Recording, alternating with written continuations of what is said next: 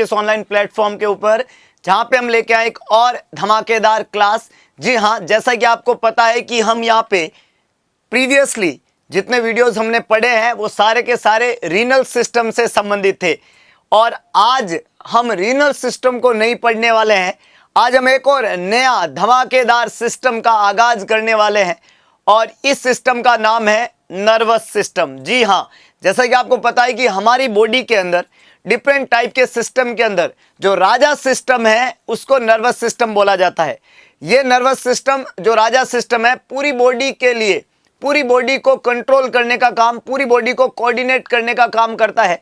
इस nervous system में क्या क्या रहती है खास बातें, नर्वस सिस्टम को राजा सिस्टम क्यों कहते हैं हम, नर्वस सिस्टम के कौन कौन से इंपॉर्टेंट पार्ट्स होते हैं, नर्वस सिस्टम जो है उसमें डिफरेंट टाइप के पार्ट्स का क्या क्या इंपॉर्टेंट काम होता है, इन सभी चीजों को एक एक करके डिटेल के साथ में आज के इस पूरे सेशन के अंदर हम पढ़ने वाले हैं।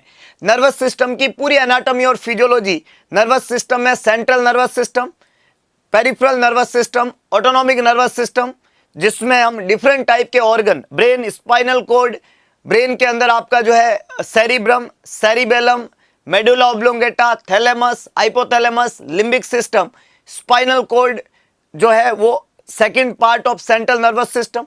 इसके अलावा पेरिफेरल नर्वस सिस्टम के अंदर जो है हम बात करने वाले हैं वहां पे क्रेनियल नर्व के बारे में, स्पाइनल नर्व के बारे में, और भी बहुत सारी बातें जो नर्वस सिस्टम की प्रोटेक्टिंग स्ट्रक्चर्स रहती है, चाहे वो आपकी बोनी स्ट्रक्चर हो जिसको हम जो है आपका वर्टिबल कॉलम या क्रेनियल बोन और फेशियल बोन कहते हैं, या फिर आपका जो है फ्लूइडी प्रोटेक्शन हो जिसको हम सीएसएफ के नाम से जानते हैं, या फिर आपका मेम्ब्रेनियस प्रोटेक्शन हो जिसको हम वहां पे बताने वाले हैं मेनिंजेस के नाम से। तो इन सभी चीजों को एक एक करके डिटेल के साथ में आज के इस पूरे सेशन में हम पढ़ने वाले हैं। तो गुड इवनिंग टू ऑल, सभी लोगों का स्वागत है। शुरुआत करते हैं शानदार सेशन की, और आप लोगों को हर एक क्वेश्चन को ढंग से पढ़ के, चारों ऑप्शन को ढंग से पढ़ के अपना बेहतरीन जवाब देने की पूरी कोशिश करनी है। आज के इस सेशन का सबसे पहला क्वेश्चन आप लोगों के लिए, सोचिएगा, समझिएगा और अपना बेहतरीन जवाब देने का भरपूर कोशिश करिएगा। क्या भरपूर कोशिश करिएगा। सवाल क्या कह रहा है, body system that control and coordinate all body activities. बड़ा इंटरेस्टिंग क्वेश्चन। मैंने बोला सिस्टम को राजा सिस्टम कहते हैं क्योंकि सिस्टम का काम क्या होता है, ये कंट्रोल करता है, कोऑर्डिनेट करता है बॉडी की सारी एक्टिविटीज को। All body activities are controlled and coordinate by which system of human body. बड़ा इंटरेस्टिंग। पहला क्या लिखा हुआ है, पहला क्या लिखा हुआ है, एंडोक्राइन सिस्टम, दूसरा मस्कुलोस्केलेटल, तीसरा नर्वस और चौथा रिप्रोडक्टिव। नो डाउट हमारी पूरी बॉडी की जितनी भी एक्टिविटी है, चाहे मैं बोल रहा हूं, चाहे सुन रहा हूं, चाहे देख रहा हूं, चाहे समझ रहा हूं, चाहे चल रहा हूं, कोई भी मैं बॉडी की एक्टिविटी कर रहा हूं, उसको कैरिड आउट करने में बहुत सारे लोग काम करते हैं, लेकिन उसको कंट्रोल और कोऑर्डिनेट कराने वाला काम कौन करता है, नर्वस सिस्टम करता है। तो ये सारे के सारे काम का जिम्मेदारी जिस सिस्टम ने ले रखा है वो एक स्पेशल टाइप का सिस्टम है, और जिसका नाम है नर्वस सिस्टम। जी हाँ, नर्वस सिस्टम जो न्यूरॉन से मिलके बना होता है। ये जो नर्वस सिस्टम है वो किससे मिलके बना होता है, न्यूरॉन से मिलके बना होता है। और आपको पता होना चाहिए ये जो न्यूरॉन होते हैं ये दो तरीके के होते हैं। एक न्यूरॉन को हम नाम देते हैं सेंसरी न्यूरॉन, और दूसरे न्यूरॉन को हम नाम देते हैं मोटर न्यूरॉन। याद रखिएगा, ये न्यूरॉन से मिलके बना होता है, और एक होता है सेंसरी और एक होता है मोटर न्यूरॉन।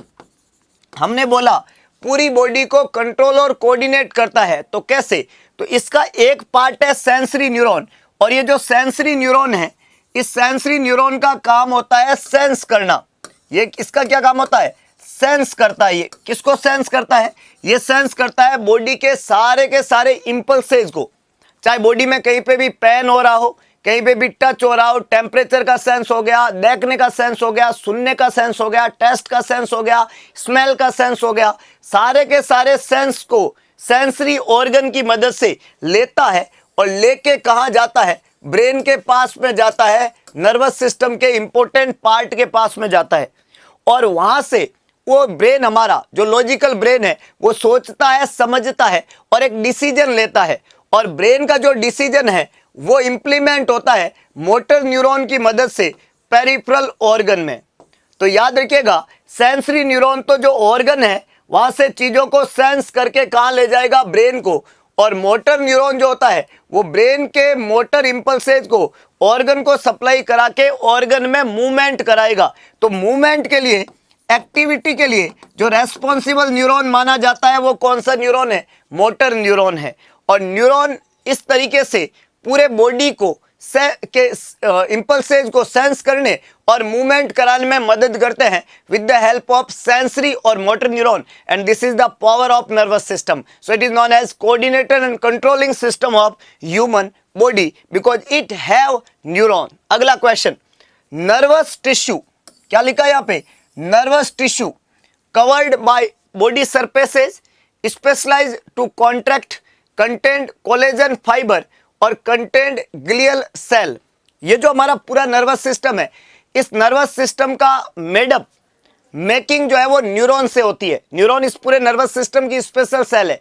अब सवाल ने पूछा ये जो नर्वस टिश्यू है, नर्वस टिश्यू मतलब न्यूरॉन है, ये जो न्यूरॉन है ये न्यूरॉन कवर्स होते हैं बॉडी सरफेसेस के द्वारा, स्पेशलाइज टू कॉन्ट्रैक्ट, ये कॉन्ट्रैक्ट करते हैं, ये कंटेन करते हैं कोलेजन फाइबर, या इसके पास में पाई जाती है ग्लियल सेल।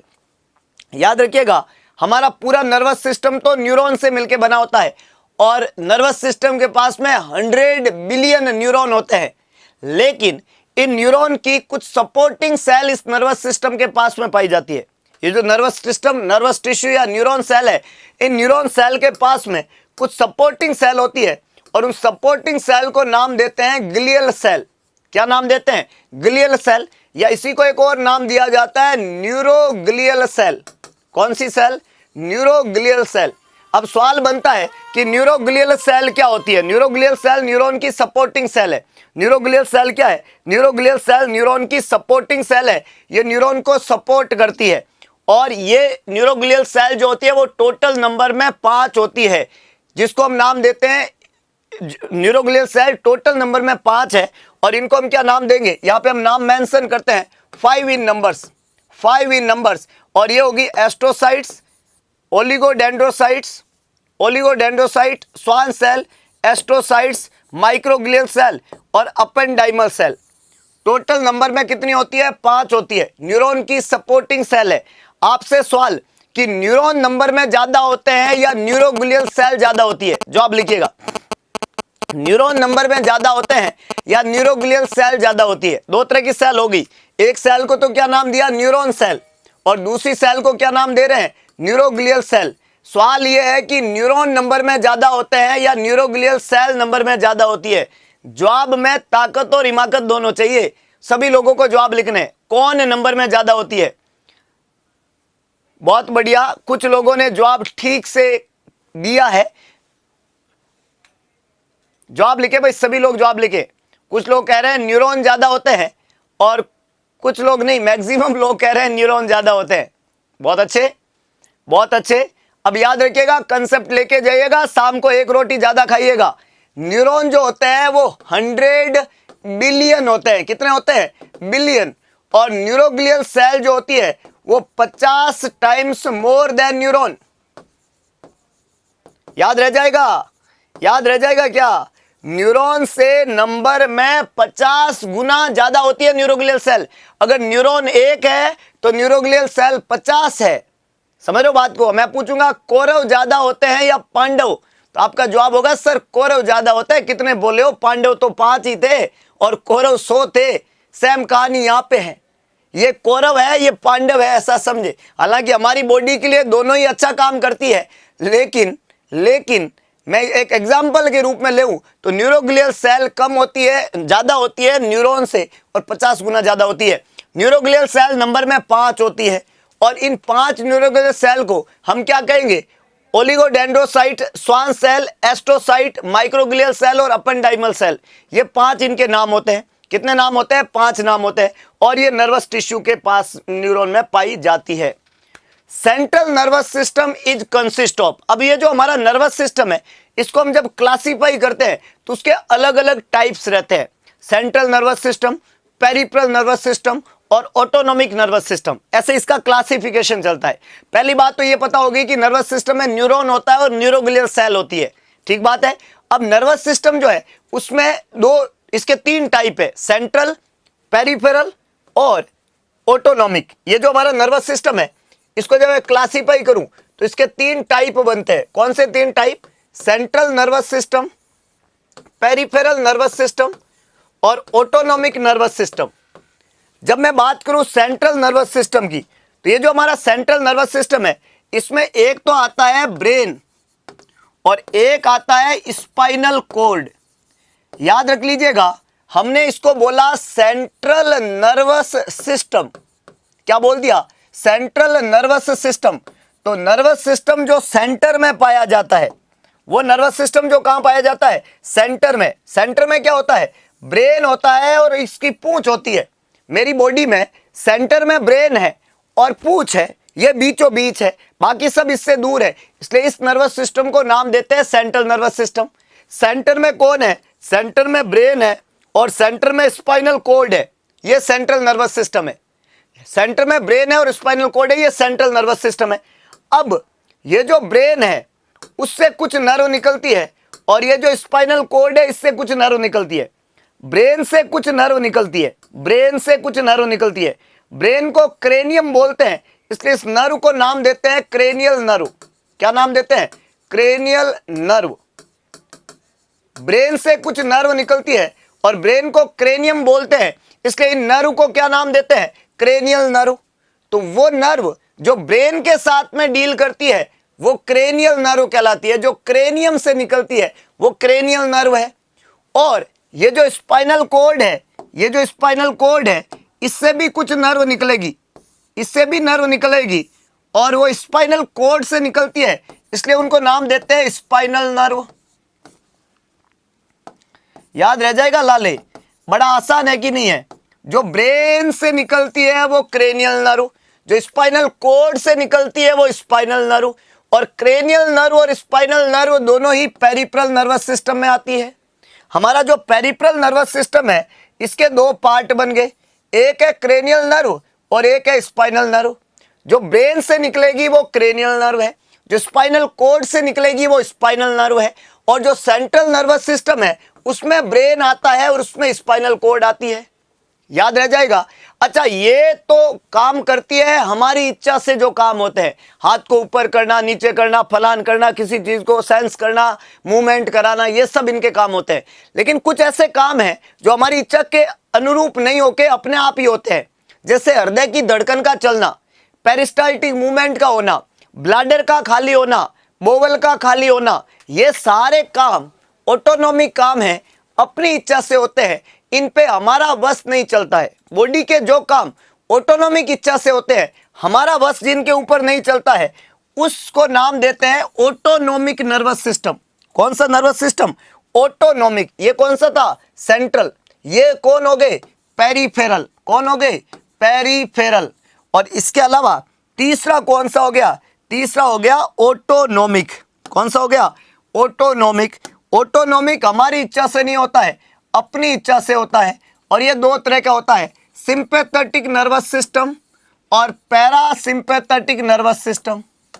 ऑटोनॉमिक हमारी इच्छा से नहीं होता है, अपने आप चलता है। इसके 2 पार्ट है, सिंपैथेटिक और पैरासिम्पैथेटिक। याद रखिएगा, हम इसको बहुत डिटेल से पढ़ने वाले हैं। अभी तो मेजर क्लासिफिकेशन मैंने आपको बता दिया कि अगर मैं बात करूं सेंटर की तो ब्रेन और स्पाइनल कॉर्ड याद रख लीजिएगा। अगर मैं बात करूं पेरिफेरल नर्वस सिस्टम की तो क्रेनियल नर्व और स्पाइनल नर्व याद रख लीजिएगा। और अगर मैं बात करूं ऑटोनॉमिक नर्वस सिस्टम की तो सिंपैथेटिक और पैरासिम्पैथेटिक याद रख लीजिएगा। कहानी क्लियर हो जाएगी, क्योंकि ये सारे के सारे नर्वस सिस्टम के क्लासिफिकेशन रहते हैं।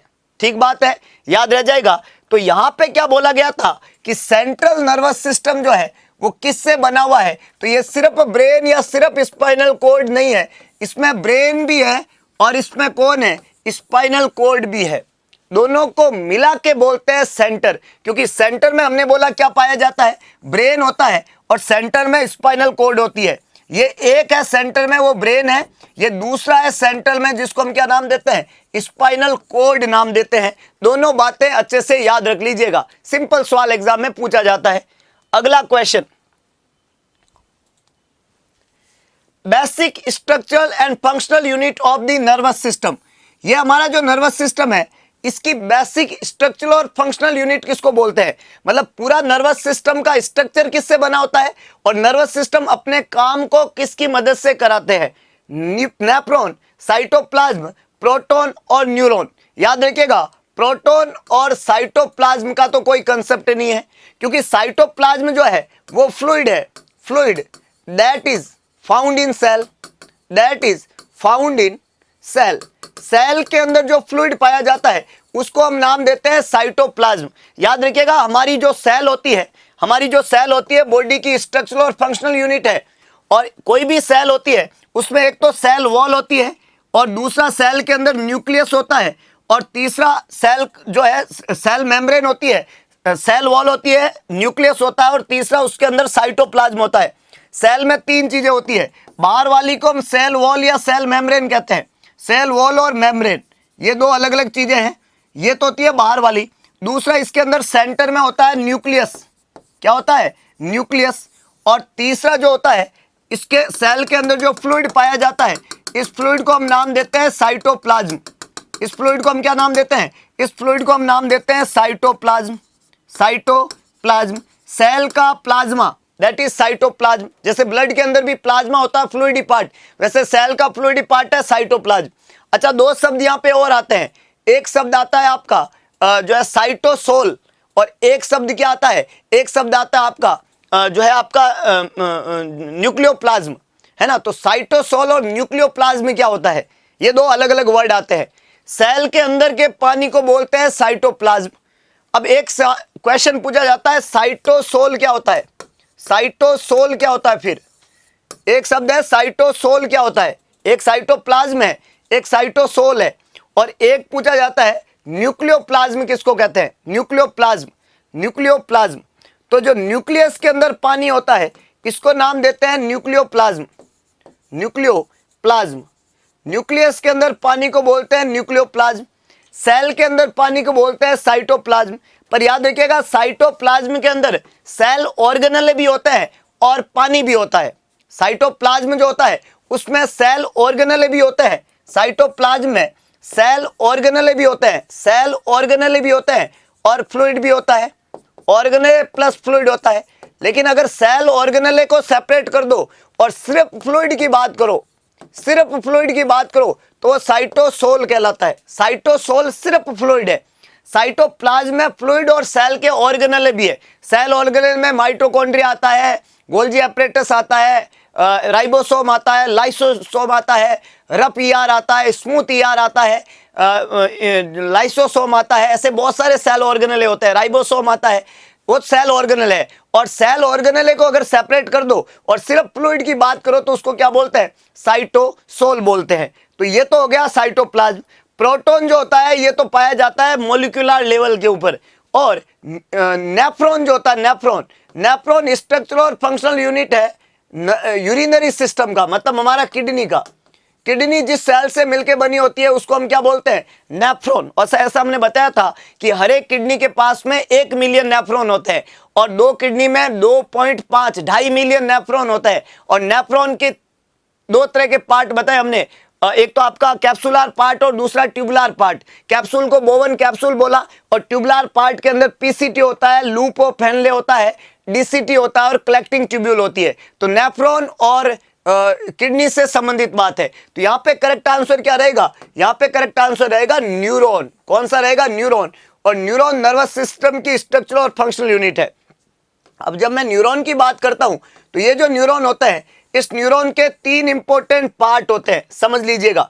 न्यूरॉन की जब हम बात करते हैं तो इस न्यूरॉन एक सेल है और किसी भी सेल के पार्ट्स है, तो न्यूरॉन के 3 पार्ट होते हैं।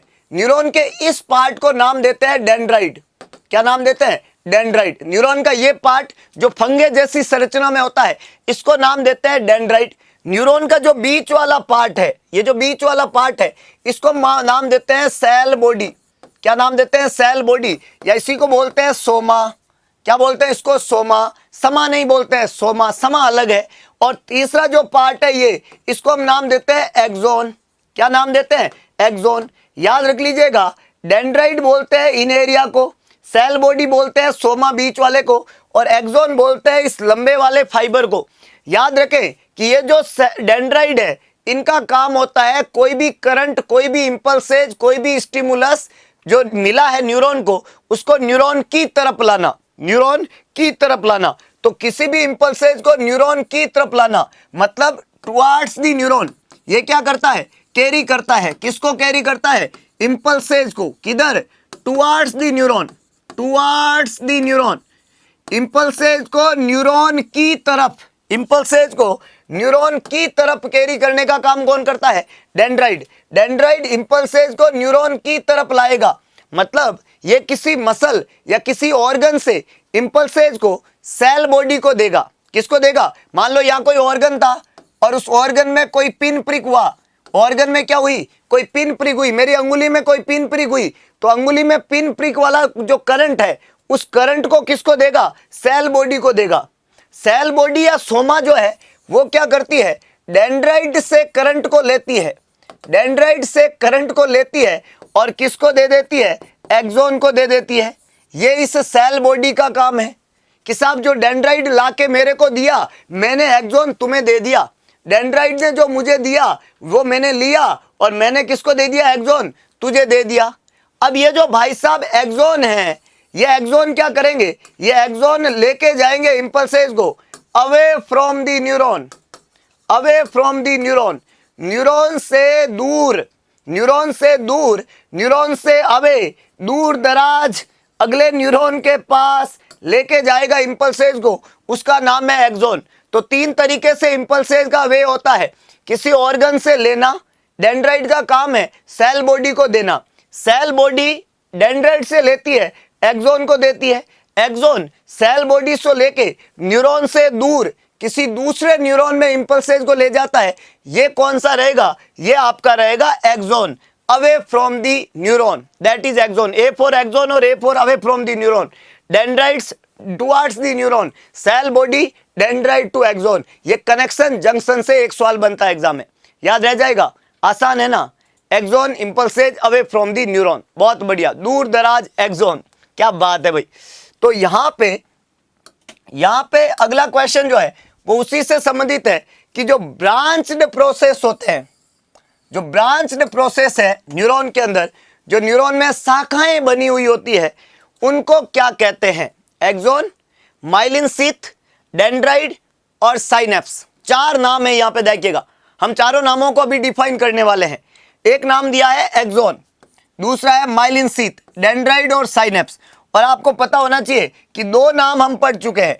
एक्सॉन को अभी मैंने बताया और डेंड्राइट के बारे में अभी बात की। हमने बताया कि ये जो न्यूरॉन है, इस न्यूरॉन में जो ये फंगीय जैसी संरचनाएं हैं, इस न्यूरॉन के अंदर जो ये फंगीय जैसी संरचनाएं हैं, ये इस तरह की संरचनाएं हैं, ये सारी की सारी तो क्या है? ये सारी की सारी डेंड्राइट है। क्या ये सारी की सारी डेंड्राइट्स है? और सवाल ने यही पूछा है कि जो ब्रांच या फंगीय जैसी संरचनाएं हैं, 1 2 3, क्या बोलेंगे इसको? डेंड्राइट बोलेंगे। क्या बोलेंगे? डेंड्राइट। अच्छा, एक वर्ड है एक्सॉन, तो सर ये वाला एक्सॉन है, ये वाला क्या है? ये वाला एक्सॉन है। जो अवे फ्रॉम द न्यूरॉन है उसको क्या बोलते हैं? एक्सॉन। इतनी बात समझ में आ गई। एक वर्ड है यहाँ पे माइलिन शीथ, एक वर्ड है यहाँ पे क्या? Myelin sheath. अब याद रखिएगा ये माइलिन शीथ क्या लफड़ा है। जब हम पैदा होते हैं तो हमारी ब्रेन के अंदर बहुत सारे मिलियंस ऑफ न्यूरॉन पड़े रहते हैं। हमारा ब्रेन सारे न्यूरॉन को लेके आता है। न्यूरॉन में रीजनरेशन का पावर नहीं होता है, तो सारे न्यूरॉन ब्रेन में बने हुए होते हैं।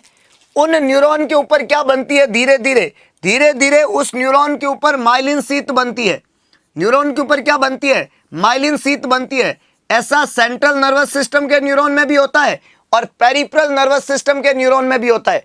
मतलब सारे ब्रेन के जो न्यूरॉन है उसके ऊपर भी माइलिन शीथ बनती है। सारे स्पाइनल कॉर्ड के जो न्यूरॉन है उसके ऊपर भी माइलिन शीथ बनती है। मतलब न्यूरॉन के ऊपर माइलिन शीथ बनती है। और माइलिन शीथ कौन बनाता है? ये इंपॉर्टेंट बात है। इसको हम बोलते हैं माइलिन शीथ। माइलिन शीथ ये एक परत है और ये परत किसकी बनी होती है? स्पिंगोमाइलिन की बनी होती है। किसकी बनी होती है? स्पिंगोमाइलिन की बनी होती है। न्यूरॉन के ऊपर बन जाएगी और इसको बनाने का काम कौन करेगा? तो इस माइलिन शीथ को बनाने का काम सेंट्रल नर्वस सिस्टम के अंदर तो करती है ओलिगोडेंड्रोसाइट। कौन करती है? ओलिगोडेंड्रोसाइट्स। अरे सर ये ओलिगोडेंड्रोसाइट्स क्या है? अरे लाले कितना बोला है। अभी तो हमने पढ़ा था कि न्यूरॉन की कुछ सेल सपोर्टिंग सेल होती है, उनको न्यूरोग्लियल सेल कहते हैं, और उसमें पहली सेल का नाम था ओलिगोडेंड्रोसाइट। हमने सपोर्टिंग सेल को पढ़ा, oligodendrocyte, Schwann cell, astrocytes, microglial cell और अपेंडाइमल सेल। ये 5 सेल न्यूरॉन की सपोर्टिंग सेल थी। इसमें पहली सेल का नाम ही क्या था? ओलिगोडेंड्रोसाइट, ओलिगोडेंड्रोसाइट्स, ये पहली सेल थी न्यूरॉन की सपोर्टिंग सेल। इसके अलावा मैं बोला एक थी स्वान्स सेल, स्वान्स सेल। एक हमने क्या बोली? Astrocytes, astrocytes. एक हमने क्या बोला? Microglial, microglial. और एक सेल का क्या नाम बोला? Ependymal, ependymal. ये सारी की सारी न्यूरॉन की सपोर्टिंग सेल है। अब इनके अंदर जो ओलिगोडेंड्रोसाइट है, ये क्या बनाती है? सेंट्रल नर्वस सिस्टम की माइलिन शीथ। क्या बनाती है? सेंट्रल नर्वस सिस्टम की माइलिन शीथ बनाती है। ये जो आपकी स्वान सेल है, ये पेरिफेरल नर्वस सिस्टम की माइलिन शीथ बनाती है।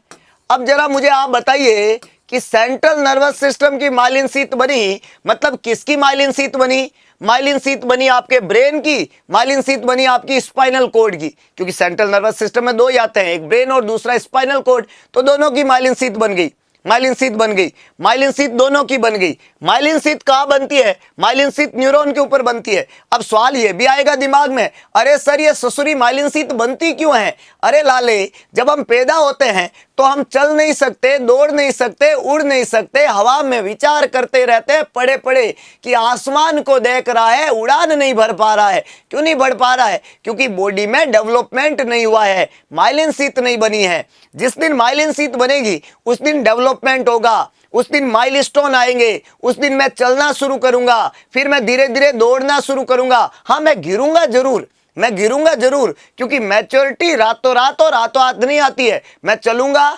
गिरूंगा, फिर चलूंगा, फिर गिरूंगा, लेकिन याद रखना एक दिन मैं ऐसा चलूंगा कि तुम देखते रह जाओगे और मैं चल के उड़ जाऊंगा। क्या? उड़ जाऊंगा। तो तमन्ना जब उड़ने की होती है ना, तो गिरने से नहीं डरते हैं। यहाँ पे माइलिन शीथ आपको चलाने में मदद करती है। और वो छोटा बच्चा जो लेबर रूम में पैदा हुआ था, वो बेचारा चल नहीं पा रहा था, क्योंकि उसके इंपल्सेस धीरे थे, उसमें इंपल्सेस स्लो थे, उसमें माइलिन शीथ नहीं थी।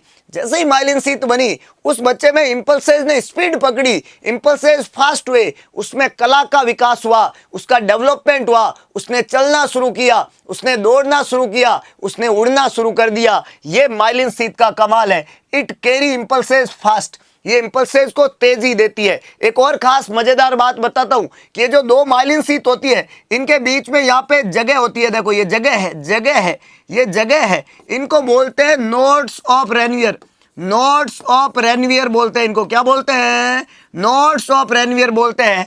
और ये नोड्स ऑफ रेनवियर जो है, 2 माइलिन शीथ की बीच की जगह है, जो न्यूरॉन को और तेजी देते हैं कि जो इंपल्सेज है वो आया फिसलते हुए आया, जगह आई, टप्पा खाया, अगले टप्पा खाया, अगले, मतलब ये टप्पे खा खा के न्यूरॉन स्पीड पकड़े, इसके लिए बीच में जगह दी। इसको बोलते हैं नोड्स ऑफ रेनवियर। और ये इंपल्सेस को राफेल की तरह उड़ाने की हिम्मत रखते हैं। और जिस तरीके से आप राफेल की तरह कमेंट लिखते हैं, वैसे ये चलता है, इंपल्सेस को स्पीड में देता है, बॉडी का डेवलपमेंट होता है।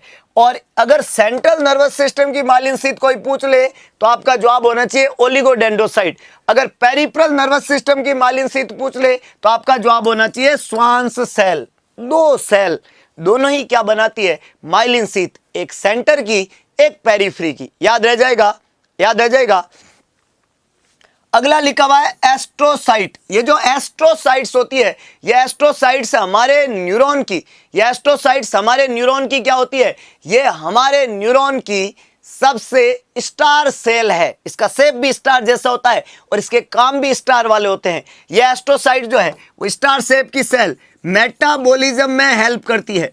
मेटाबॉलिज्म में क्या करती है? हेल्प करती है। मेटाबॉलिज्म का काम जो होता है वो न्यूरॉन की सेल बॉडी में होता है, और उस मेटाबॉलिज्म में हेल्प करने का काम कौन करेगी? एस्ट्रोसाइट्स करेगी। दूसरा, एस्ट्रोसाइट्स जो होती है उसका दूसरा काम है, ये ब्लड ब्रेन बैरियर बनाती है। क्या बनाती है? Blood brain barrier.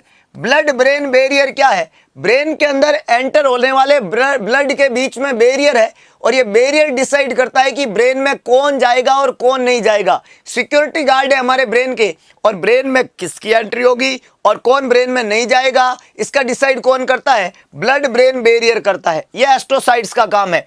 Microglial cell, याद रखिएगा, माइक्रोग्लियल सेल फैगोसाइटिक सेल है। माइक्रोग्लियल सेल कैसी है? माइक्रोग्लियल सेल फैगोसाइटिक सेल है। फैगोसाइटिक सेल है। फैगोसाइटिक सेल किसकी है? फैगोसाइटिक सेल हमारे ब्रेन की है, हमारे न्यूरॉन की है। जो भी माइक्रो ऑर्गेनिज्म आते हैं उन माइक्रो ऑर्गेनिज्म को एंगल्प करके खत्म करने का काम कौन करती है? माइक्रोग्लियल सेल करती है। तो ये फैगोसाइटिक सेल है। अगला लिखा हुआ है अपेंडाइमल सेल। अपेंडाइमल सेल जो होती है वो कोरोइड प्लेक्सस या वीकेंड से वेंट्रिकल जो होता है, वेंट्रिकल ब्रेन के अंदर पाए जाते हैं वेंट्रिकल्स, और वेंट्रिकल्स की लाइनिंग बनाती है। क्या बनाती है? वेंट्रिकल की लाइनिंग बनाने का काम कौन करती है? Ependymal cell. याद रख लीजिएगा, अपेंडाइमल सेल वेंट्रिकल की लाइनिंग बनाएगी। माइक्रोग्लियल सेल फैगोसाइटिक सेल है हमारे ब्रेन के अंदर। इसके अलावा एस्ट्रोसाइट्स स्टार शेप की सेल है, मेटाबॉलिज्म और ब्लड ब्रेन बैरियर का काम करती है। Schwann cell peripheral nervous system की मालिन शीत बनाती है, और ओलिगोडेंड्रोसाइट सेंट्रल नर्वस सिस्टम की मालिन शीत बनाती है। और ये मालिन शीत कहाँ बनती है? न्यूरॉन के ऊपर। और इस मालिन शीत का काम क्या होता है? ये इंपल्सेस को स्पीड देने का काम करती है, इंपल्सेस को स्पीड अप करती है। याद रह जाएगा, याद रह जाएगा। आसान है, आसान है। अगला क्वेश्चन देखिएगा, अगला क्वेश्चन देखिएगा। What is a specialised nerve cell? Specialised nerve cell कौन सी होती है, यह आपको बताना है। सवाल बड़ा गंभीर है क्योंकि जवाब बड़ा इंटरेस्टिंग है, तो सोच समझ के जवाब लिखिएगा। ऑप्शन हमने दे रखे हैं यहाँ पे। पहला क्या लिखा हुआ है? पहला लिखा हुआ है न्यूरॉन, दूसरा क्या लिखा हुआ है? एक्सोन, तीसरा क्या लिखा हुआ है? डेंड्राइड, और चौथा है न्यूक्लियस। और हमने क्या पूछ लिया? कौन सी नर्व सेल स्पेशलाइज्ड होती है, जिसको सिद्धि प्राप्त है ना, भगवान शंकर की तरह सिद्धि प्राप्त है। कौन सी सिद्ध पुरुष है? कौन सी सेल नर्वस सिस्टम में, कौन सी नर्व सेल सिद्धता के साथ में है? जी हाँ, न्यूरॉन को सिद्धि प्राप्त है। न्यूरॉन को क्या प्राप्त है? सिद्धि प्राप्त है, जिसके 3 पार्ट है, डेंड्राइड, सेल बॉडी और एक्सोन। ये जो न्यूरॉन होते हैं ये 100 बिलियन होते हैं। कितने होते हैं? 100 बिलियन होते हैं। ये जो न्यूरॉन होते हैं, no power of regeneration, regeneration का पावर नहीं होता है। और क्यों नहीं होता है? Due to absent of centromere. Centromere के एब्सेंट होने की वजह से न्यूरॉन सेल एक बार डैमेज होती है तो दोबारा रीजनरेट नहीं कर सकती। Regenerate do not power of regeneration का मतलब क्या हो गया? Once damaged can't regenerate, once damage can't regenerate. एक बार डैमेज होती है तो दोबारा नहीं बनेगी। एक बार डैमेज होती है तो दोबारा नहीं बनती है। No power of regeneration. अगला इंपॉर्टेंट बात, न्यूरॉन सेल जो होती है have power of generation of impulses. इसके पास में करंट को पैदा करने का पावर है, एंड इट्स ट्रांसमिशन, और उसको ट्रांसमिट करने का पावर है। न्यूरॉन सेल जो होती है वो करंट को पैदा भी करती है, मतलब जनरेट भी करती है, इंपल्सेज को जनरेट करती है और उसको ट्रांसमिट भी करती है। Dendrite to cell body, cell body to axon, और एक्सोन से दूसरे न्यूरॉन को। तो इसमें रीजनरेशन का पावर तो नहीं होता है, लेकिन इसमें करंट को जनरेट करने का पावर होता है, और उस करंट को ट्रांसमिट करने का पावर भी होता है। ऐसा न्यूरॉन सेल के पास में सुप्रीम पावर होता है, और ये सुप्रीम पावर सिर्फ न्यूरॉन सेल के पास में। अगला, न्यूरॉन सेल जो होती है वो बॉडी की सबसे ज्यादा O2 सेंसिटिव सेल है। याद रखिएगा, हमारी बॉडी में ऑक्सीजन के प्रति सबसे ज्यादा सेंसिटिव सेल अगर कोई सेल है तो वो सेल भी न्यूरॉन सेल है। न्यूरॉन सेल ऑक्सीजन के प्रति बहुत ज्यादा सेंसिटिव क्यों होती है, उसके पीछे एक खास रीजन है, और वो रीजन क्या है कि न्यूरॉन सेल जो होती है उसमें माइटोकॉन्ड्रिया बहुत ज्यादा पाए जाते हैं। न्यूरॉन सेल के पास में क्या हो जाते हैं, एक्सेस माइटोकॉन्ड्रिया पाए जाते हैं, एक्सेस माइटोकॉन्ड्रिया पाए जाते हैं। और ये जो माइटोकॉन्ड्रिया होते हैं इनको चाहिए ऑक्सीजन और ग्लूकोज, इनको क्या चाहिए, ऑक्सीजन और ग्लूकोज। तो न्यूरॉन सेल के पास में माइटोकॉन्ड्रिया के नंबर ज्यादा होने की वजह से इसको ऑक्सीजन और ग्लूकोज की बहुत ज्यादा जरूरत पड़ती है। तो जब भी बॉडी में ऑक्सीजन की कमी होती है या ग्लूकोज की कमी होती है तो सबसे पहले जिस सेल को सबसे ज्यादा फर्क पड़ेगा बॉडी की, वो सेल न्यूरॉन सेल है। और थोड़े से ऑक्सीजन की कमी पे, that is known as hypoxia, थोड़े से ग्लूकोज की कमी पे, that is known as hypoglycaemia, हमारा न्यूरॉन सेल इरिटेट हो जाती है और बॉडी में रेस्टलेसनेस, इरिटेबिलिटी, पसीना आ जाता है, स्वेटिंग होती है, डायपोरेसिस होती है, ऐसे सारे सिम्टम आ जाते हैं। तो ग्लूकोज और ऑक्सीजन के प्रति सबसे ज्यादा सेंसिटिव सेल कौन सी सेल को बोलते हैं, न्यूरॉन सेल को। याद रह जाएगा, आसान है। अगला क्वेश्चन देखिएगा, the supportive cell of the nervous system are, neuron के अलावा इस नर्वस सिस्टम की सपोर्टिंग सेल कौन सी है। पहला लिखा हुआ है T cell, stem cell, glial cell या एस्ट्रोसाइट्स। एस्ट्रोसाइट्स सपोर्टिंग सेल पूछा है, कौन सी रहेगी नर्वस सिस्टम की। जवाब लिखे भाई, सभी लोग जवाब लिखे, अपना अपना जवाब लिखे। और जिसको जवाब देने में कई दिक्कत आ रही है अगरबत्ती लगाना ना भूले, जवाब आएगा, आएगा भाई, जवाब आएगा। सोच समझ के जवाब लिखे। हमने बोला सपोर्टिंग सेल, और ये होती है 5, और इनको बोलते हैं ओसा में, जिसमें एक टाइप है एस्ट्रोसाइट्स। ये जो 5 होती है उसमें एक टाइप है एस्ट्रोसाइट्स, और बाकी 5 होती है में oligodendrocytes, Schwann cell, astrocytes, microglial cell और अपेंडाइमल सेल। और इन सभी सेल को मिला के क्या बोलते हैं, ग्लियल सेल। तो यहाँ पे करेक्ट आंसर क्या बनेगा, सी। टी सेल या स्टेम सेल इनको नहीं बोलते हैं। याद रखिएगा, स्टेम सेल जो होती है ये प्यूरिपोटेंट स्टेम सेल है जो बोन मैरो में पाई जाती है। किसमें पाई जाती है, बोन मैरो में पाई जाती है। और ये इमैच्योर सेल है, और ये बोन मैरो में पाई जाने वाली सेल जो होती है वो हीमेटोपोएसिस कराती है। क्या कराती है, हीमेटोपोएसिस कराती है। ब्लड सेल को बनाने का काम करती है स्टेम सेल। स्टेम सेल का काम है formation of blood cell, RBC, WBC और प्लेटलेट। हीमेटोपोएसिस में 3 सेल बनती है, आरबीसी बनती है, डब्ल्यूबीसी बनती है और प्लेटलेट बनती है। इसी हीमेटोपोएसिस के प्रोसेस में डब्ल्यूबीसी का एक टाइप सेल बनती है, उसको टी सेल कहते हैं। टी सेल जो होती है इसका प्रोडक्शन जो होता है, प्रोडक्शन, वो प्रोडक्शन तो बोन मैरो में होता है। प्रोडक्शन तो कहाँ होता है, बोन मैरो में। लेकिन इस टी सेल का मैच्योरेशन जो होता है, मैच्योरेशन, वो मैच्योरेशन होता है थाइमस ग्लैंड के अंदर। कौन सी ग्लैंड के अंदर, थाइमस ग्लैंड के अंदर। अरे सर ये ससुरी कहाँ होती है, तो थाइमस ग्लैंड होती है आपकी स्टर्नम के पीछे की तरफ। ये टी सेल का प्रोडक्शन तो होगा बोन मैरो में, बनेगी तो बोन मैरो में, और ये टी सेल मैच्योर कहाँ होगी, थाइमस ग्लैंड के अंदर। और थाइमस ग्लैंड कहाँ होती है, बिहाइंड द स्टर्नम। कहाँ होती है, बिहाइंड द स्टर्नम, यहाँ पे पाई जाती है थाइमस ग्लैंड। और वहां पे टी सेल का क्या हो जाता है, मैच्योरेशन होता है। टी सेल बॉडी में सेल मीडिएटेड इम्यूनिटी देती है, डिफेंस का काम करती है। ये जो टी सेल है ये हमारी बॉडी में सेल मीडिएटेड इम्यूनिटी देती है। सेल मीडिएटेड इम्यूनिटी बॉडी में डिफेंस का काम करती है, और ये बॉडी में फेगोसाइटोसिस का काम करेगी, वायरल इन्फेक्शन में लड़ने में मदद करती है। आपको पता होना चाहिए कि आप 2 नाम सुनते हैं, CD4 सेल और CD8 सेल। ये दोनों सेल जो है ये टी सेल के ही टाइप है। इनको हेल्पर और सप्रेसर सेल कहते हैं। और जो HIV के मरीज होते हैं उनमें इन्हीं CD4 सेल के नंबर जो है वो कम हो जाते हैं, और HIV का जो वायरस है वो हमारी बॉडी की इम्यूनिटी को कमजोर कर देता है, और ये HIV को एड्स में कन्वर्ट कर देता है। याद रह जाएगा, याद रह जाएगा, बहुत बढ़िया। तो यहाँ पे करेक्ट आंसर क्या बन जाएगा, सी। ये ग्लियल सेल की बात हो रही है। मैं अगले क्वेश्चन की तरफ बढ़ता हूं। अभी हमने 2 सेल को डिटेल से पढ़ा, एक न्यूरॉन सेल और दूसरी सेल का क्या नाम है, न्यूरोग्लियल सेल। अब दोनों सेल बॉडी के लिए बहुत इंपॉर्टेंट है। न्यूरॉन तो मैं कह सकता हूं कि आपके घर में खजाना होगा, गहने होंगे, पैसे होंगे, दुनिया भर की चीजें होंगी, लेकिन आपके पास में अगर न्यूरॉन वाला खजाना नहीं है तो आपके सारे खजाने बिना काम के हो जाएंगे। क्योंकि आपके लिए सबसे बढ़िया खजाना तो आपकी सेहत है, आपकी बॉडी है, आपका शरीर है।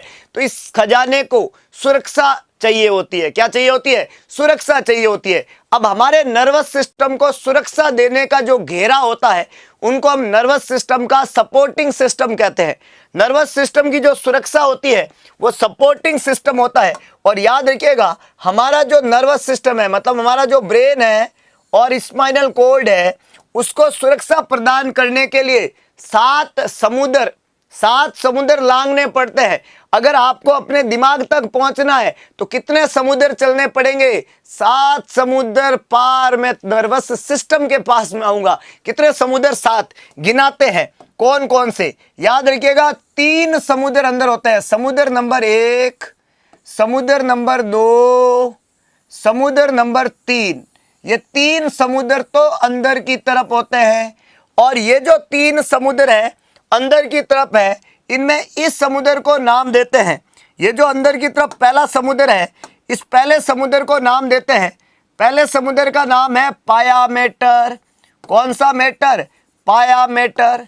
दूसरा समुद्र, ये दूसरा समुद्र नाम देते हैं इसको एरेक्नोइड मेटर। Arachnoid matter. याद रखिएगा, पहला समुद्र है पायामेटर, दूसरा समुद्र हो गया एरेक्नोइड मेटर और तीसरा समुद्र हो गया ड्यूरामेटर। 3 समुद्र याद रह जाएंगे। एक समुद्र का नाम है पायामेटर, एक समुद्र का नाम है एरेक्नोइड मेटर, एक समुद्र का नाम है ड्यूरामेटर। PAD, पाया, एरेक्नोइड, ड्यूरा। ये सबसे अंदर की तरफ है, ये सबसे बाहर की तरफ है। याद रह जाएगा, सबसे अंदर और सबसे बाहर। यह है पायामेटर, यह है ड्यूरामेटर और ये बीच में है, कबाब में हड्डी का काम कर रही है, नाम है इसका एरेक्नोइड मेटर। ये तीनों मिला के कहलाती है मेनिंजेस। इनको तीनों को मिला के क्या बोलते हैं? मेनिंजेस बोलते हैं, मेनिंजेस।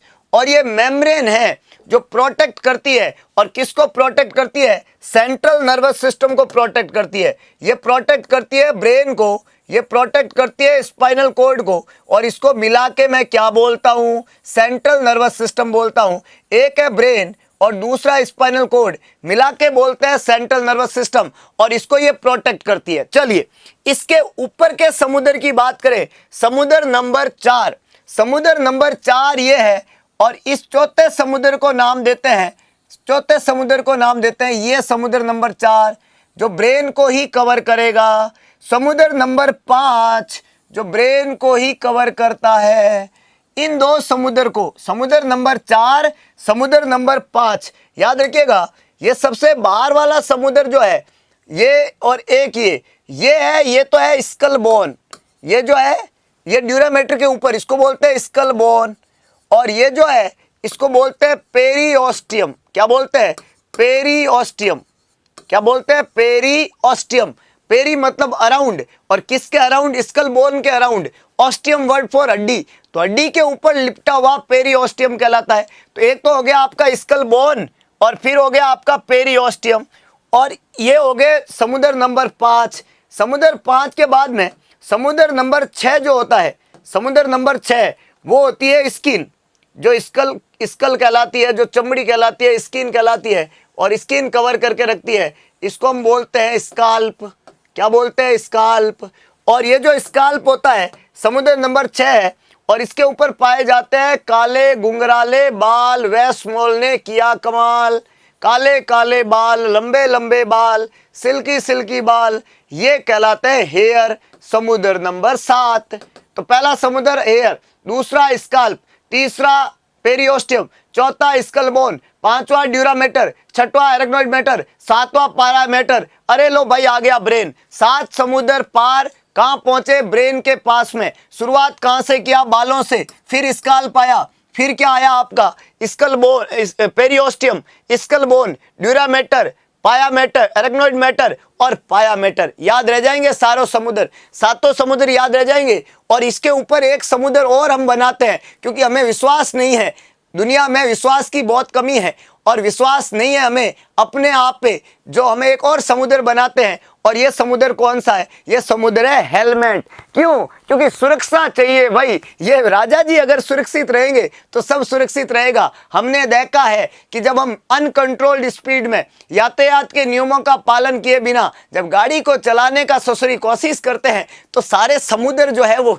बेकार हो जाते हैं और गड़बड़ हो जाता है खोपड़ा और ब्रेन को इंजरी हो जाती है। इसलिए हम एक और समुद्र बनाते हैं ऊपर की तरफ। उस समुद्र का क्या नाम है? हेलमेट। दैट इज द समुद्र नंबर 8। 8वां अजूबा है वो, किसी ने बनाया, बड़ा जबरदस्त दिमाग लगाया है। 7 समुद्र पहले से प्रेजेंट होते हैं और उसके अंदर एक खजाना छुपा हुआ है जिसका नाम है सेंट्रल नर्वस। याद रह जाएगा। सवाल ने बड़ा आसानी से पूछा है और क्या पूछा है कि बता दीजिए करेक्ट ऑर्डर मेनिंजेस का। मेनिंजेस सबसे अंदर है और ये मेनिंजेस जो होती है फ्रॉम इनसाइड टू आउटर, अंदर से बाहर, अंदर से बाहर। आसान है। अंदर, ड्यूरा इज नॉट अंदर, एरेक्नोइड इज नॉट अंदर, एरेक्नोइड इज नॉट अंदर। अंदर अंदर अंदर कौन है भाई? अंदर कौन है? अंदर है पाया मैटर, अंदर है एरेक्नोइड मैटर और सबसे बाहर कौन है? सबसे बाहर है ड्यूरा। ये है ड्यूरा और ये है पाया। अंदर है पाया, बाहर है ड्यूरा, दूर है ड्यूरा, पास में है पाया। किसके पास में है? ब्रेन के पास में। जो पास में है वो पाया मैटर है, जो ब्रेन के पास में है वो क्या है? पाया मैटर है। और जो ब्रेन से दूर है वो ड्यूरा मैटर है। ड्यूरा मैटर दूर है, पाया मैटर पास में है। अंदर से बाहर, दिल्ली एम्स 2017 के पेपर का क्वेश्चन याद रखना, याद रखना। पेपर बड़ा जबरदस्त है, क्वेश्चन बड़ा जबरदस्त है। सवाल अगला देखिएगा, सवाल अगला देखिएगा। CSF is produced in. पहला प्रोटेक्शन कौन सा हो गया? पहला प्रोटेक्शन हो गया मेम्ब्रेनियस प्रोटेक्शन। दूसरा प्रोटेक्शन होता है बोनी प्रोटेक्शन। तीसरा प्रोटेक्शन होता है फ्लूइडी प्रोटेक्शन। एक बात यहां पे मैं मेंशन करूंगा कि अगर आपको कोई पूछे, अगर आपको कोई पूछे कि आपका जो ब्रेन है उसको कवर कौन करता है, तो ब्रेन को कवर करती है मेम्ब्रेन और उसको हम क्या नाम देते हैं? मेनिंजेस। और उस मेनिंजेस को हमने क्या बोला? उन मेनिंजेस को हमने क्या बोला? हमने बोला पाया matter, arachnoid matter, dura mater. ये मेनिंजेस थी। अरे भाई ब्रेन को और स्पाइनल कोड, और कौन है? Spinal cord. स्पाइनल कोड को कौन कवर करता है? अरे सर मेम्ब्रेन। अरे मेम्ब्रेन का नाम बता लाला। मेनिंजेस। क्या नाम देते हैं? मेनिंजेस। क्या बोलते हैं? पाया matter, arachnoid matter, dura mater. मतलब दोनों को कवर करती है, दोनों को कवर करती है। मेनिंजेस दोनों को कवर करती है। अच्छा दूसरी कवरिंग क्या है? दूसरी कवरिंग है सर हड्डी। दूसरी कवरिंग क्या है? बोन। और ब्रेन को कवर करने वाली हड्डी को नाम देते हैं स्कल बोन। क्या नाम देते हैं? Skull bone. टोटल कितनी होती है? अरे सर 22 होती है। 22 22 होती है, 22। इसमें 2 बोन। कौन सी बोन? एक को कहते हैं सर क्रेनियल और एक को कहते हैं फेशियल। एक है क्रेनियल और दूसरी क्या होती है? फेशियल। ये जो क्रेनियल बोन होती है, ये क्रेनियल बोन ये 8 होती है और फेशियल जो होती है वो 14 होती है। दोनों को जोड़ते हैं तो 22 हो जाती है। क्रेनियल कितनी होती है? 8। फेशियल कितनी होती है? 14। दोनों को जोड़े तो 22। ये क्या कहलाती है? स्कल बोन कहलाती है, स्कल की हड्डी कहलाती है, खोपड़े की हड्डी कहलाती है। दूसरा सर जो स्पाइनल कॉर्ड है ये किससे मिलके बनी होती है? इसका बोन कौन है? तो इसका बोन होता है सर वर्टिब्रल कॉलम। वर्टिब्री होती है, वर्टिब्री। क्या होती है? वर्टिब्री। वर्टिब्री कितनी होती है लाले? वर्टिब्री सर 33 होती है। कितनी होती है? 33 होती है। स्कल जो आपकी स्पाइनल कॉर्ड है उसको प्रोटेक्ट करती है वर्टिब्री और वर्टिब्री कितनी होती है? 33। ये जो 33 वर्टिब्री है ना, 1 2 3 4 5 6 7 8 9 10 11 13 14 15 16 17 18 19 20 21 23 24 25 26 27 28 29 30 31 32 33 33 वर्टिब्री है। इसके अंदर क्या पाई जाती है? इसके अंदर स्पाइनल कॉर्ड होती है। यहाँ पे ये जो वर्टिब्री है इसमें सर्वाइकल वर्टिब्री 7 होती है, C7, थोरेसिक 12 होती है, T12, लंबर 5 होती है, L5, सैक्रल 5 होती है, S5, कोकिक्जल 4 होती है C4। याद रखिएगा सर्वाइकल वर्टिब्री 7 होती है। कौन सी वर्टिब्री? सर्वाइकल, इनको बोलते हैं सर्वाइकल। और ये सर्वाइकल कितनी है? 7 है। इनको बोलते हैं थोरेसिक। क्या बोलते हैं? थोरेसिक। अरे सर कितनी होती है? 12 होती है, 12, थोरेसिक 12। ये क्या कहलाती है? अरे ये लंबर कहलाती है वर्टिब्री। कौन सी? लंबर। कितनी होती है? 5। ये कौन सी है सर? इनको सैक्रल बोलते हैं, सैक्रल। कितनी होती है? 5। ये कौन सी है सर? कोकिक्जियल। क्या बोलते हैं? कोकिक्जियल। कितनी होती है सर? 4। कितनी होती है? 4। Cervical 7, thoracic 12, lumbar 5, sacral 5, कोकिक्जियल 4। इनको बोलते हैं वर्टिब्री। टोटल कितनी होती है? 33। कितनी होती है? 33। दूसरा होता है वर्टिब्रल बोन। Vertebral bone. अब जब बोन आ जाए लाले, हड्डी पूछी जाए, तो 7 cervical vertebrae, 7 cervical vertebral bone बनाती है। 12 thoracic vertebrae, 12 thoracic vertebral bone बनाती है। 5 lumbar vertebrae, 5 lumbar vertebral bone बनाती है। 5 sacral vertebrae, 1 sacral vertebral bone बनाती है। 4 कोकिक्जियल वर्टिब्री, 1 कोकिक्जियल वर्टिब्रल बोन बनाती है। याद रखिएगा ये सेम है, ये सेम है, ये सेम है, ये सेम है, लेकिन बदलाव कहाँ है? बदलाव इन दो के अंदर है। सैक्रल 1 हो जाती है, कोकिक्जियल 1 हो जाती है। जब इनको जोड़ेंगे तो 7 और 5 19, 19 और 5 24, 24 और 2 26। तो अगर वर्टिब्रल बोन पूछे तो जवाब होना चाहिए 26। और वर्टिब्री पूछे तो जवाब होना चाहिए 33। वर्टिब्री है 33, वर्टिब्रल बोन पूछे तो 26, वर्टिब्री पूछे तो 33। याद रह जाएगा क्या? आसान है। क्या? आसान है। और यहां पे ये कवरिंग है। अब याद रखें कि सवाल ने क्या पूछा है। ये तो कवरिंग होगी आपका जो है बोनी कवरिंग। अब याद रखें कि ये जो आपका पाया मैटर है, जो अंदर वाली लेयर है, इसको बोलते हैं एरेक्नोइड मैटर और इसको बोलते हैं ड्यूरा मैटर। ठीक बात है। अब ये जो पाया मैटर और एरेक्नोइड मैटर है, ये जो पाया मैटर और एरेक्नोइड मैटर है, इनके बीच में यहाँ पे पानी पाया जाता है, पानी, फ्लूइड। इस फ्लूइड को नाम देते हैं CSF।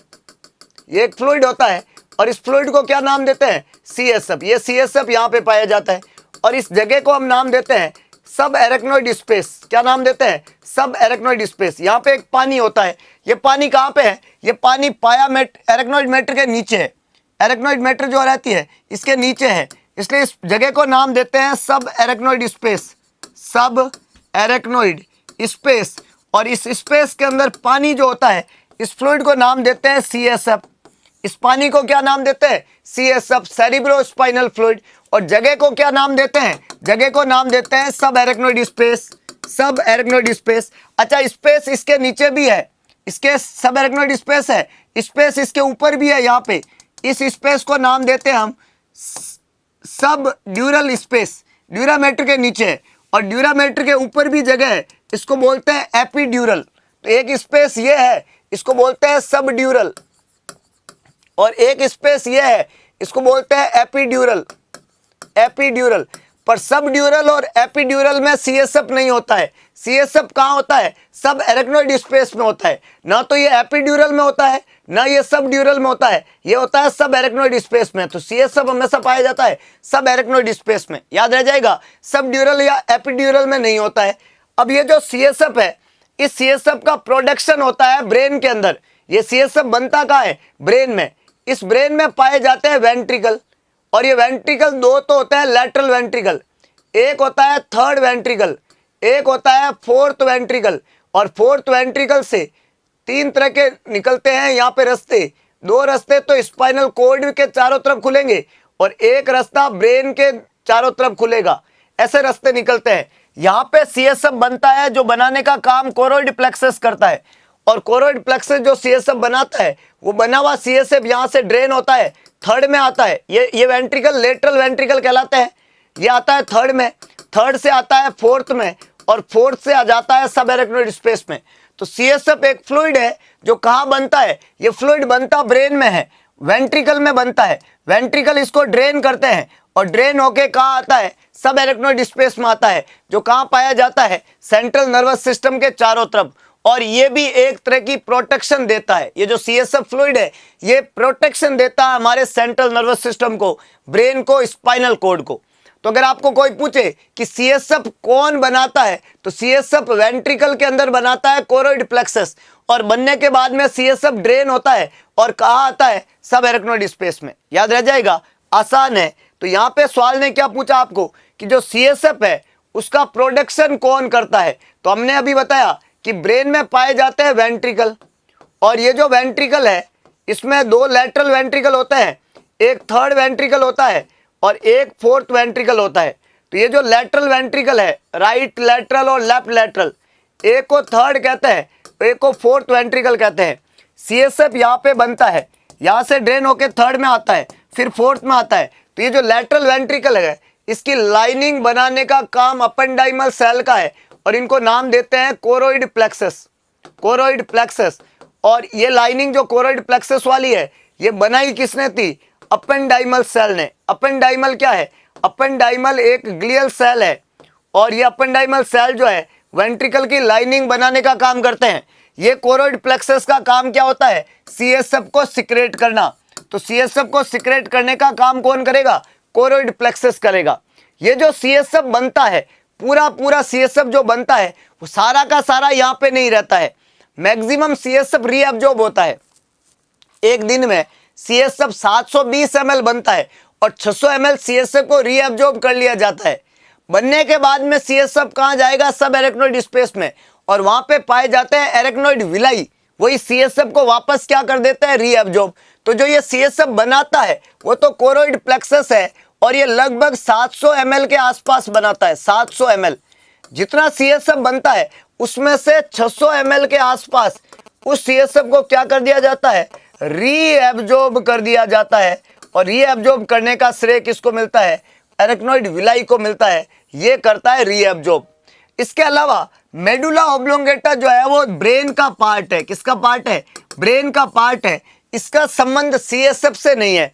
मेडुला ऑब्लोंगेटा जो है वो बॉडी के बहुत सारे जो हमारे कंट्रोलर सेंटर है, जो हमारे वाइटल ऑर्गन है, उनके सेंटर यहाँ पे पाए जाते हैं। और ये एक वाइटल ऑर्गन है बॉडी का। ये क्या है, बॉडी का एक वाइटल ऑर्गन है जहाँ पे वाइटल सेंटर होते हैं, जिसका CSF से संबंध नहीं है।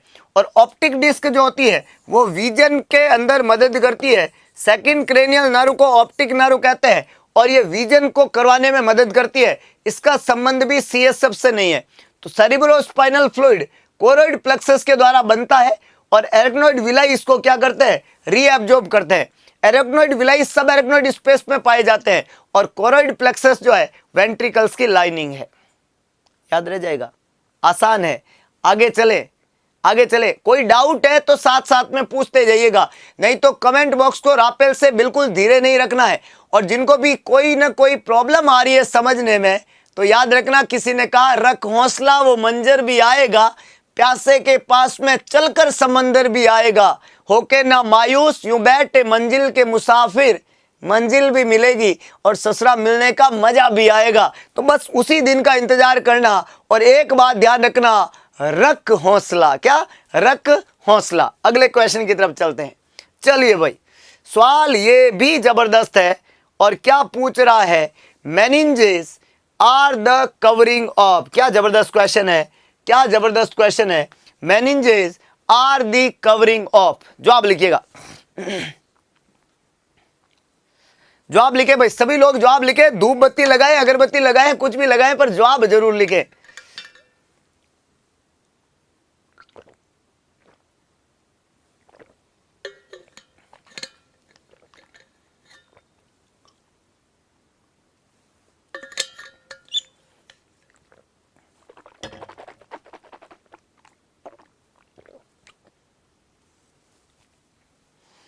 हमने अभी पढ़ा कि हमारी जो मेनिंजेस है, जो पाया मैटर है, एराक्नोइड मैटर है, ड्यूरा मैटर है, ये सेंट्रल नर्वस सिस्टम को कवर करती है। किसको कवर करती है, सेंट्रल नर्वस सिस्टम को। कौन आते हैं सर इसमें, ब्रेन आता है और स्पाइनल कॉर्ड आता है।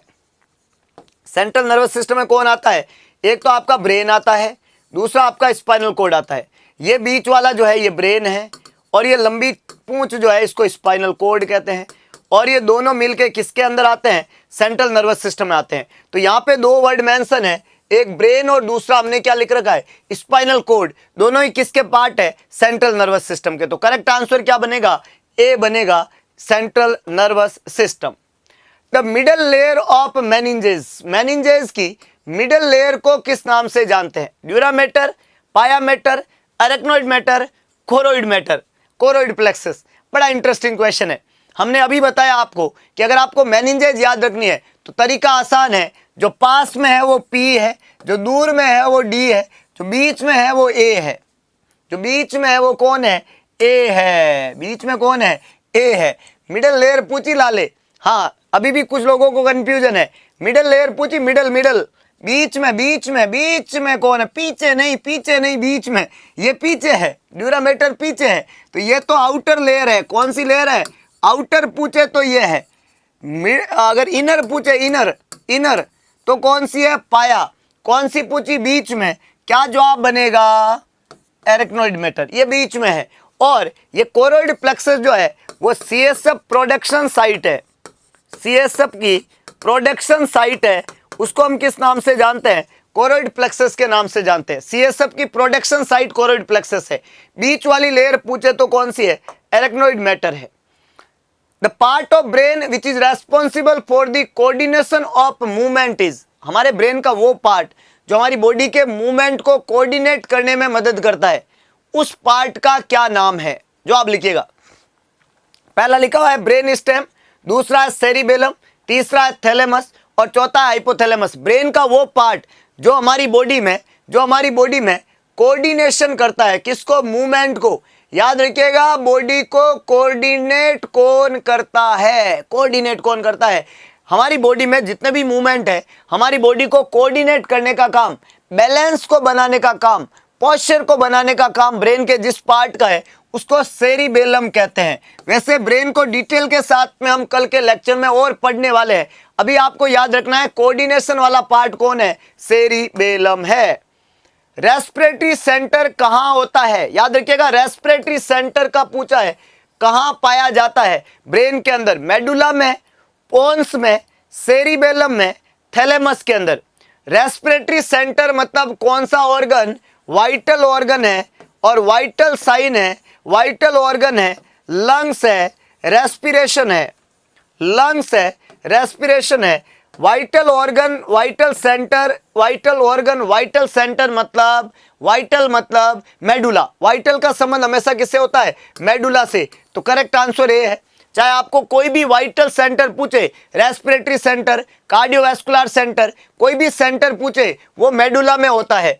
पोन्स जो होता है वो रेस्पिरेशन को कंट्रोल करता है, इंस्पिरेशन को कंट्रोल करता है, लेकिन वहां पे रेस्पिरेटरी सेंटर नहीं होता है। याद रखिएगा, इसको डिटेल से बताने वाला हूं मैं, पर यहाँ पे रेस्पिरेटरी सेंटर नहीं होता है। सेरिबेलम जो होता है ये पोस्चर और बैलेंस के लिए है, किसके लिए है, पोस्चर और बैलेंस के लिए है। और ये जो थैलेमस है इसको हम रिले स्टेशन कहते हैं। क्यों कहते हैं, इन सब बातों को हम पढ़ेंगे, लेकिन अभी के लिए आपको याद रखना है कि ये जो भाई साहब मेडुला है, यहीं पे पाया जाता है रेस्पिरेटरी सेंटर, यहीं पे कार्डियक सेंटर है, यहीं पे वेस्कुलर सेंटर है, और यहीं पे एक और इंपॉर्टेंट सेंटर पाया जाता है जिसको वॉमिटिंग सेंटर या रिफ्लेक्स सेंटर के नाम से जानते हैं। यहाँ पे करेक्ट आंसर क्या बनेगा, A, that is your medulla. अगला question, one of the following of cerebellum is to, इनमें से कौन सा काम सेरिबेलम करेगा आपका, सेरिबेलम कौन से कार्य को करने के लिए जिम्मेदार माना जाता है। पहला है serve as a passage between spinal cord and brain, नारे लाले, maintain balance, coordination and muscular control, conduct nerve impulses और maintain area of reasoning, thought and memory. Cerebellum ना तो वहां रीजनिंग है, ना वहां इंपल्सेस का ट्रांसमिशन वाला एरिया है। हमने सिंपल सा बताया कि सेरिबेलम वो ऑर्गन है जो बॉडी में पोस्चर और बैलेंस को बनाने का काम करता है। सेरिबेलम हमारी बॉडी का वो ऑर्गन है जो बॉडी में क्या बनाता है, पोस्चर बनाता है, बैलेंस बनाता है, बॉडी को कंट्रोल करके रखने का कार्य करता है सेरिबेलम। ये सेरिबेलम का मेन काम था। कौन सा पार्ट है ब्रेन का जो कंट्रोल करता है इंटीग्रेटेड एक्टिविटीज को of the autonomic nervous system. हमारे जो ऑटोनोमिक नर्वस सिस्टम है उसकी एक्टिविटी को इंटीग्रेटेड कौन करता है, मतलब ब्रेन के किस पार्ट का संबंध ऑटोनॉमिक नर्वस सिस्टम से है, ऑटोनॉमिक नर्वस सिस्टम को कौन कंट्रोल करता है, कौन कोऑर्डिनेट करता है, मिड ब्रेन, थैलेमस, हाइपोथैलेमस और एपिथैलेमस। याद रखिएगा, autonomic nervous system, endocrine system, body के बहुत सारे सिस्टम को कंट्रोल करने का जिम्मा ब्रेन के जिस पार्ट का रहता है उसको हम नाम देते हैं हाइपोथैलेमस। क्या नाम देते हैं? हाइपोथैलेमस। कैसे करता है? कल के सुपर लेक्चर जो स्पेशली ब्रेन और स्पाइनल कॉर्ड को डेडिकेटेड रहने वाला है उसमें हम इन सभी की बात करने वाले हैं। ये कौन है, ये कहाँ रहते हैं, इनका घर बार क्या है, ये मिड ब्रेन ससुरा कौन है, ये थैलेमस कौन है, हाइपोथैलेमस कौन है, एपिथैलेमस कौन है, ये मेडुला कौन है, ये पॉन्स कौन है, सबकी पीपाड़ी बजाने वाले हैं कल के लेक्चर में। आज के लिए याद रखना, ऑटोनॉमिक नर्वस सिस्टम को टेम्परेचर को रेगुलेट करने वाला सेंटर, कौन सा सेंटर? टेम्परेचर को रेगुलेट करने वाला सेंटर ब्रेन के किस पार्ट में पाया जाता है, जिसको हम टेम्परेचर रेगुलेटिंग सेंटर कहते हैं। कौन सा पार्ट है? पहला ऑप्शन यहाँ पे लिखा हुआ है थैलेमस, दूसरा हाइपोथैलेमस, तीसरा है मेडुला और चौथा है सेरिबेलम। जो आप लिखे भाई कमेंट बॉक्स रापेल से बिल्कुल धीरे नहीं होना चाहिए। हाँ, बहुत ही बढ़िया, बहुत ही बढ़िया, क्या बात है, बहुत बढ़िया। तो यहाँ पे ध्यान रखना, टेम्परेचर को भी कौन रेगुलेट करता है? हाइपोथैलेमस। टेम्परेचर रेगुलेटिंग सेंटर भी कहाँ पाया जाता है? हाइपोथैलेमस के अंदर पाया जाता है, टेम्परेचर रेगुलेटिंग सेंटर। नेक्स्ट देखिएगा,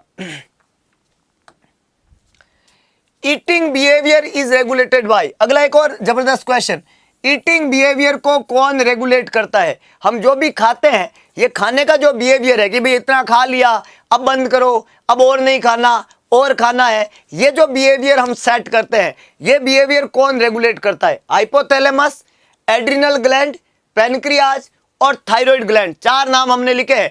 और ईटिंग बिहेवियर की हम बात करें तो इसका रेगुलेशन भी, भूख और प्यास का रेगुलेशन भी, खाने का रेगुलेशन भी कौन करता है? हाइपोथैलेमस ही करता है। यहां पे भी करेक्ट आंसर ए ही जाने वाला है। अगला इंपॉर्टेंट एक क्वेश्चन कि जो सिलेंड्रिकल पार्ट होता है, सिलेंड्रिकल पार्ट होता है नर्वस सिस्टम का, जो लोकेटेड होता है वर्टिब्रल कॉलम में। अभी हमने बताया कि हमारे वर्टिब्रल कॉलम में एक, ये हमारा ब्रेन है और एक सिलेंड्रिकल स्ट्रक्चर है और इसको कवर करके रखता है वर्टिब्रल कॉलम है। इस तरीके से कवरिंग होती है और ये वर्टिब्रा होती है और जो ऐसे कवर करके रखती है, ऐसे कवर करके रखती है। तो वर्टिब्रल कॉलम के द्वारा कवर्ड होता है और स्ट्रक्चर कैसी होती है? सिलेंड्रिकल होती है। क्या बोलते हैं लाले? सिलेंड्रिकल स्ट्रक्चर जिसको कवर वर्टिब्रा करेगी, इस सिलेंड्रिकल स्ट्रक्चर का क्या नाम देते हैं? इसको क्या बोलेंगे? Cerebellum, corpus callosum, medulla oblongata या स्पाइनल कॉर्ड। कहां से अराइज होती है? मेडुला से तो अराइज होती है, तो इसको मेडुला नहीं कह के क्या कहेंगे? स्पाइनल कॉर्ड कहेंगे, जिसका अराइज कहां से होता है? मेडुला ऑब्लोंगेटा से। और ये कंटिन्यू रहती है किसके अंदर? वर्टिब्रल कॉलम के अंदर। ये जो स्पाइनल कॉर्ड होती है ये 45 सेंटीमीटर लेंथ की होती है। इसकी जो लंबाई होगी वो 45 सेंटीमीटर होगी। ये स्पाइनल कॉर्ड जो होती है, इसका वजन जो होता है वो 35 ग्राम के आसपास होता है, 35 ग्राम के आसपास होता है। इसकी जो मोटाई है वो लिटिल फिंगर ऑफ इंडिविजुअल जैसी होगी। कैसी होगी? Little finger of individual. Individual की जो छोटी अंगुली है उतनी इसकी क्या होगी? उतनी इसकी मोटाई होगी। और इसके अलावा ये जो स्पाइनल कॉर्ड है, इस स्पाइनल कॉर्ड का मेन काम क्या होता है कि ये प्रेजेंट रहती है वर्टिब्रल कॉलम में और आर्च ऑफ स्पाइन रिफ्लेक्स का काम करती है। स्पाइनल कॉर्ड का जो अरेंजमेंट रहता है ये एक्सटेंड रहती है कहां तक? Up to the L1 vertebral level. L1 vertebral level adult के अंदर L1 और बच्चों के अंदर L3 वर्टिब्रल लेवल तक ये एक्सटेंड करती है ना। एक एडल्ट के अंदर L1 और अगर मैं चिल्ड्रन की बात करूं, बच्चों की, तो बच्चों में कहां तक ये एक्सटेंड करती है? बच्चों में ये एक्सटेंड करती है L3 वर्टिब्रल लेवल तक। स्पाइनल कॉर्ड, इसका जो एंड पार्ट होता है, end part of spinal cord, इसको बोलते हैं कॉनस मेडुलरिस। क्या बोलते हैं? Conus medullaris. तो conus medullaris is the end part of spinal cord. Spinal cord का जो लास्ट पार्ट है उसको हम क्या नाम देते हैं? कॉनस मेडुलरिस नाम देते हैं। जिससे एक फिलामेंट लाइक स्ट्रक्चर निकलेगा उसको हम नाम देते हैं फाइलम टर्मिनलिस। क्या नाम देते हैं? Filum terminalis. This is all about the spinal cord. Brain spinal cord आपका सिलेंड्रिकल शेप स्ट्रक्चर, लंबाई, चौड़ाई, मोटाई, ऊंचाई, लास्ट पार्ट कहां तक एक्सटेंड करती है, इन सभी बातों का आपको ध्यान रखना है। स्पाइनल कोड जो सेंट्रल नर्वस सिस्टम का दूसरा इंपॉर्टेंट पार्ट है। अब ये जो स्पाइनल कोड है, जो ब्रेन के बाद में दूसरी इंपॉर्टेंट स्ट्रक्चर है, ये किसकी बनी हुई होती है? अगला question, spinal cord is made up of, spinal code किससे बनी हुई है? पहला यहां पे बोला है न्यूरॉन, दूसरा है कार्डियक मसल, तीसरा है स्मूथ मसल और चौथा है स्ट्राइटेड मसल। किससे बनी होती है स्पाइनल कोड? जवाब लिखे भाई, और जवाब में ताकत और हिमाकत दोनों आना चाहिए। क्या आंसर है?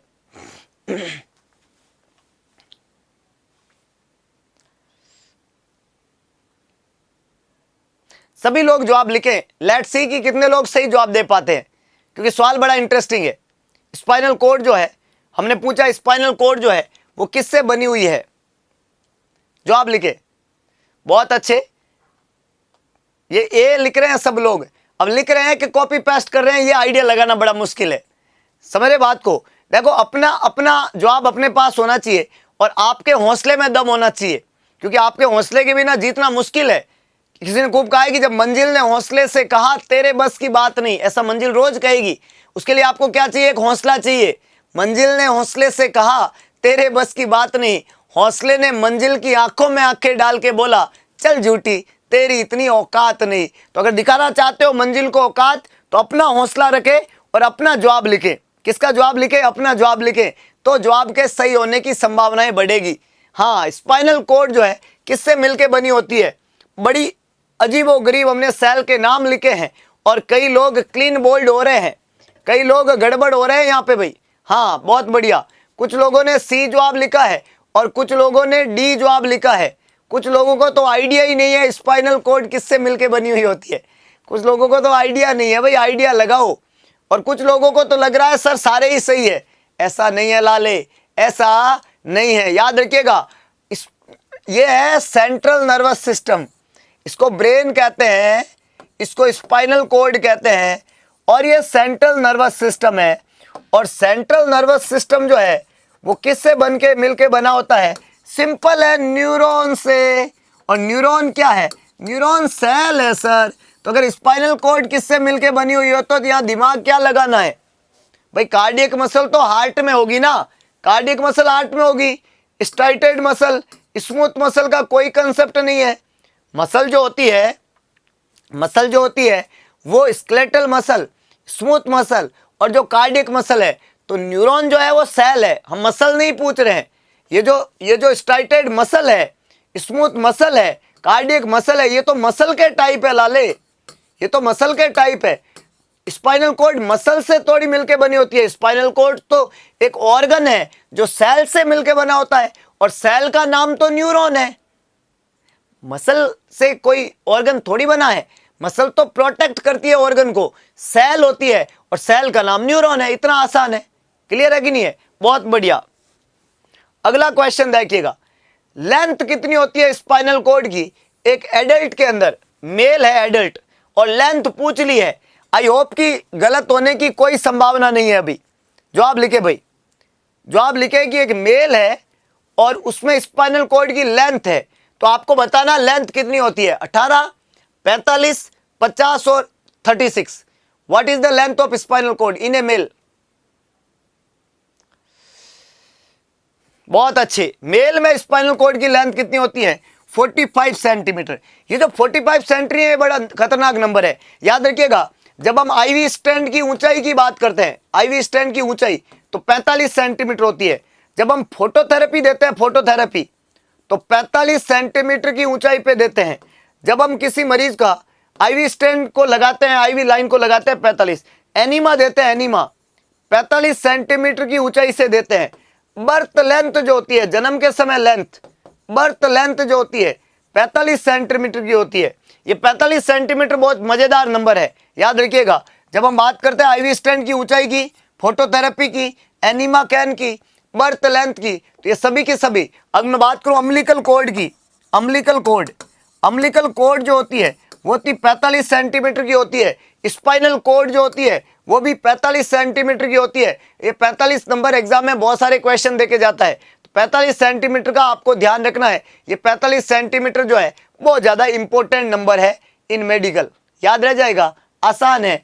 अगले क्वेश्चन की तरफ चलते हैं। Part of brain that help in maintaining posture and equilibrium.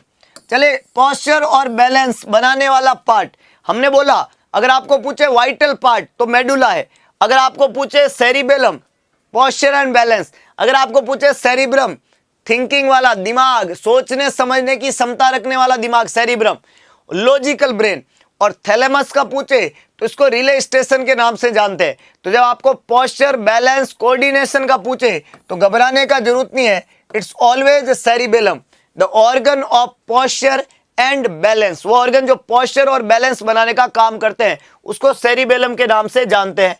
अगला है neuron that release acetyl choline. बड़ा इंटरेस्टिंग क्वेश्चन है। न्यूरॉन जो क्या रिलीज करते हैं, एसिटाइल कोलिन रिलीज करते हैं। एसिटाइल कोलिन क्या है, ये एक न्यूरोट्रांसमीटर है। क्या है ये, न्यूरोट्रांसमीटर है, और इसका रिलीज न्यूरॉन, कौन से न्यूरॉन करते हैं, या जो न्यूरॉन इसका रिलीज करते हैं उनको हम कौन से न्यूरॉन के नाम से जानते हैं, एड्रीनर्जिक, कोलिनर्जिक, प्रीगैंग्लियोनिक या नन ऑफ द अबव। याद रखिएगा, जो न्यूरॉन एडीआर एड्रीनलिन या नॉर एड्रीनलिन या एपिनेफ्रिन या नॉर एपिनेफ्रिन बनाते हैं, क्या बनाते हैं, epinephrine, epinephrine and nor epinephrine, nor epinephrine, उन न्यूरॉन को हम क्या नाम देते हैं, उन न्यूरॉन को नाम देते हैं एड्रीनर्जिक। और ये न्यूरॉन जो एपिनेफ्रिन और नॉर एपिनेफ्रिन बनाते हैं, ये न्यूरॉन सिंपैथेटिक नर्वस सिस्टम वाले न्यूरॉन होते हैं।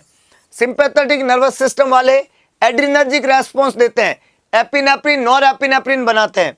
लेकिन वो न्यूरॉन जो क्या बनाते हैं, एसिटाइल कोलिन बनाते हैं, जो एसिटाइल कोलिन बना के कौन सा रेस्पॉन्स देते हैं, कोलिनर्जिक रेस्पॉन्स देते हैं। कौन सा, कोलिनर्जिक रेस्पॉन्स। जो काम बेसिकली किसका होता है, ये काम बेसिकली किसका होता है, पैरासिम्पैथेटिक नर्वस सिस्टम का होता है।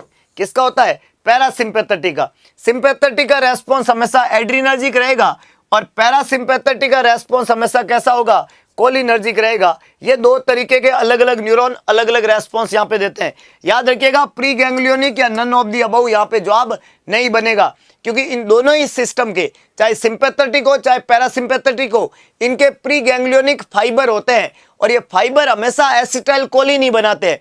चाहे सिंपैथेटिक के फाइबर हो चाहे पैरासिम्पैथेटिक के फाइबर हो, हमेशा क्या बनाएंगे, एसिटाइल कोलिन को बनाने का काम करेंगे। ये बात आपको खास तौर पे ध्यान रखनी है। मैं अगले क्वेश्चन की तरफ लेके चलता हूं। नेक्स्ट सवाल क्या कह रहा है, which of the following is used to assess the function of brain stem. Brain stem जो होता है ये क्या है सर, तो हम ब्रेन का जब क्लासिफिकेशन पढ़ेंगे तो हम ब्रेन स्टेम को पढ़ेंगे। याद रखिएगा, ब्रेन स्टेम जो होता है इसके अंदर तीन इंपॉर्टेंट चीजें आती है। तीन इंपॉर्टेंट चीजें कौन कौन सी है, तो इसके अंदर एक तो आता है आपका मिड ब्रेन। कौन आता है, मिड ब्रेन। एक आता है आपका पोन्स और एक आता है आपका मेडुला।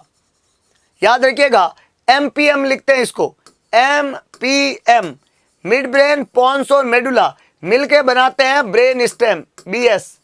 मिड ब्रेन, पोन्स और मेडुला ये तीनों मिलके क्या बनाते हैं, ब्रेन स्टेम बनाते हैं। और जब ब्रेन स्टेम गड़बड़ा जाता है किसी का, ब्रेन स्टेम को इंजरी होती है, ब्रेन स्टेम में डैमेज होती है, तो उस मरीज का पता लगाने का टेस्ट कौन सा होता है, ये सवाल ने पूछा है। उसकी गड़बड़ का पता लगाने का टेस्ट होता है कोल्ड कैलोरी टेस्ट। कौन सा टेस्ट होता है, कोल्ड कैलोरी टेस्ट। अगर कोई मरीज बेहोश हो गया है, अनकॉन्शियस हो गया है और उसके कॉन्शियसनेस का लेवल असेस करना है, तो आप कौन सा टेस्ट काम में लेते हैं, ग्लासको कोमा स्केल। इससे क्या चेक करते हैं, लेवल ऑफ कॉन्शियसनेस। मरीज को कॉन्शियसनेस का कौन सा लेवल है, मरीज किस लेवल पे अनकॉन्शियस हुआ है, इसका पता चलेगा ग्लासको कोमा स्केल से। याद रखिएगा, ब्रेडन स्केल जो होती है, ब्रेडन स्केल, ये बैड सोर के मरीज में बैड सोर की रिस्क को असेस करने की स्केल है। कोई मरीज जो लॉन्ग टर्म बेड रिडन है उसमें बेड सोर की कितनी रिस्क है, उस रिस्क को असेस करने का जो स्केल है उसको नाम देते हैं Brydon scale. Level of consciousness का स्केल होगा ग्लासको कोमा स्केल। और मरीज में ब्रेन स्टेम में डैमेज हुआ या नहीं हुआ इसका पता लगाया जाएगा कोल्ड कैलोरी टेस्ट के थ्रू। याद रह जाएगा, आसान है। अगला है इंट्राक्रेनियल प्रेशर। जब ब्रेन को इंजरी होता है तो ये प्रेशर बढ़ जाता है। इस प्रेशर की नॉर्मल वैल्यू 5 से 15 होती है, एवरेज 10 होता है। आईसीपी क्रेनियम के अंदर पाया जाने वाला प्रेशर 5 से 15 होता है नॉर्मल, और जब आपके ब्रेन को कोई इंजरी होगा तो ये आईसीपी जो है वो इंक्रीज हो जाता है। उस कंडीशन को इंक्रीज इंट्राक्रेनियल प्रेशर कहते हैं और ब्रेन इंजरी के नाम से जानते हैं। याद रह जाएगा, आसान है। अगले क्वेश्चन की तरफ बढ़ते हैं। नेक्स्ट देखिएगा, next important question. Fore brain को हम कल के लेक्चर में डिटेल के साथ में पढ़ेंगे, है ना। ब्रेन के जितने क्वेश्चन हैं उनको हम डील करेंगे कल के लेक्चर में, ताकि आपको ये पूरी तरीके से क्लियर हो जाएगा कि ब्रेन जो है उसका बेसिक काम क्या रहता है। ये एक और इंपॉर्टेंट क्वेश्चन है कि site of transmission of message from the one neuron to another neuron. ये अगली बात आपको ध्यान रखनी है। सवाल ने क्या पूछा कि site of transmission of neuron, क्या बोला, site of transmission of neuron, message from one neuron to another neuron, उसको क्या कहते हैं? डेंड्राइट, साइनेप्स, एक्सोन और नोड्स ऑफ रेनवियर। जो आप लिखे, 4 ऑप्शन हमने लिख दिया है। और site of transmission of neuron की हम बात कर रहे हैं, एक न्यूरॉन से दूसरे न्यूरॉन किस नाम से जानेंगे? देखिएगा, बड़ा इंटरेस्टिंग पॉइंट है यहाँ पे जो आपको समझना है, पकड़ना है। अगर मैं एक न्यूरॉन की बात करूं, जैसे एक न्यूरॉन है, इसके अंदर क्या पाए जाते हैं? डेंड्राइट पाए जाते हैं, फिर सेल बॉडी होती है और एक्सोन होता है, और ये एक्सोन का लास्ट पार्ट है। ये दूसरे न्यूरॉन का डेंड्राइट है, ये डेंड्राइट है, और इस डेंड्राइट से सेल बॉडी है और ये एक्सोन है, और एक्सोन का लास्ट पार्ट है। अब याद रखें कि ये जो न्यूरॉन, 2 तरह के न्यूरॉन है, इसमें आपको क्या ध्यान रखना है? आपको क्या ध्यान रखना है कि ये एक न्यूरॉन का लास्ट पार्ट है, दूसरे न्यूरॉन का ये पार्ट है।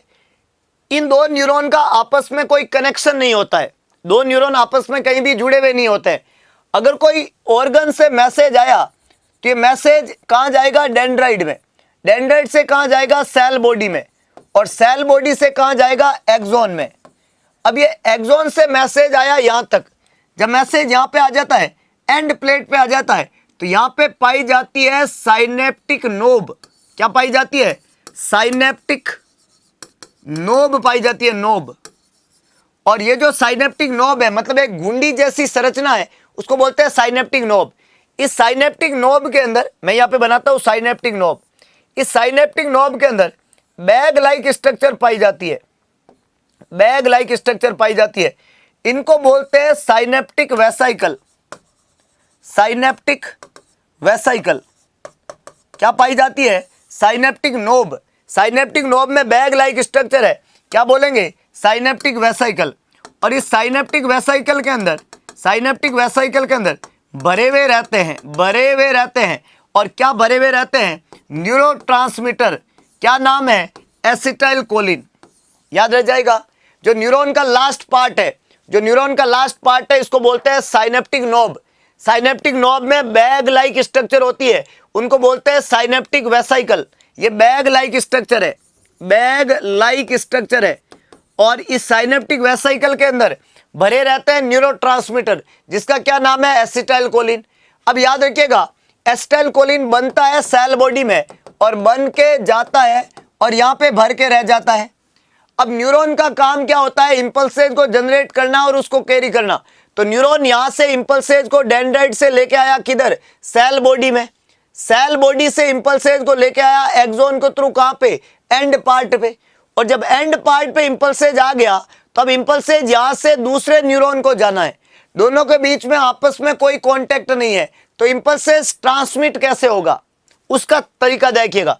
तो होता क्या है कि आपका मान लो ये न्यूरॉन का एक पार्ट है और ये दूसरे न्यूरॉन का पार्ट है, ये दूसरे न्यूरॉन का पार्ट है। अब होगा क्या? होगा ये कि वो जो मैसेज आया था, वो मैसेज यहाँ तक पहुँचा, एक न्यूरॉन के लास्ट तक, और यहाँ पे पाए जाते हैं हमने बैग लाइक स्ट्रक्चर, इनको बोलते हैं साइनेप्टिक वेसाइकल। और इसमें भरे रहते हैं न्यूरोट्रांसमीटर, जिनको हमने नाम दिया एसिटाइल कोलिन। क्या नाम दिया? Acetyl choline. अब होता क्या है कि जो भी इंपल्सेज या करंट यहाँ तक पहुंचा, यहाँ करंट आ गया, इंपल्सेज आ गया, अब इंपल्सेज को आगे कौन ले जाए? तो होता है क्या, यहाँ पे कैल्शियम जो होता है, कैल्शियम आयन है हमारी बॉडी में, वो कैल्शियम आयन क्या करता है, इन बैग के ऊपर काम करता है और बैग से एसिटाइल कोलिन को रिलीज कराता है। ये जो बैग है, इस बैग से एसिटाइल कोलिन रिलीज होता है, इस बैग से एसिटाइल कोलिन रिलीज होता है, इस बैग से एसिटाइल कोलिन रिलीज होता है। ये जो एसिटाइल कोलिन रिलीज हुआ, ये एसिटाइल कोलिन कहाँ आया, यहाँ पे आया, यहाँ पे आया, यहाँ पे आया, एसिटाइल कोलिन आया। इंपल्सेज दिखता नहीं है, एसिटाइल कोलिन इंपल्सेज को कैरी करके चला और एसिटाइल कोलिन को यहां से रिलीज कौन करवाता है, तो जवाब होना चाहिए कैल्शियम। और जैसे ही रिलीज हुआ इंपल्सेज, एसिटाइल कोलिन ने उसको लेके आया। ये जो जगह है जो दो न्यूरॉन के बीच की है, इसको तो नाम देते हैं साइनेप्स।